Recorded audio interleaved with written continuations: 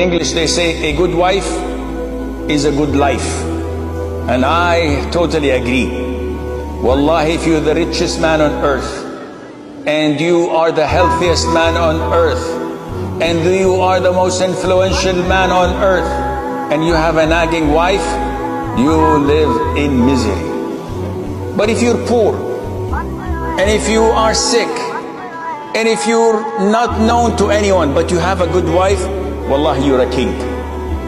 You have the whole world in your hand. Just when you have a righteous, loving, caring wife. And the same goes for a wife who has a loving, caring, righteous man. So the Prophet says, number one, a righteous woman. Number two, a spacious house. Sometimes you go and visit some Muslims and they live in a very tiny room. And this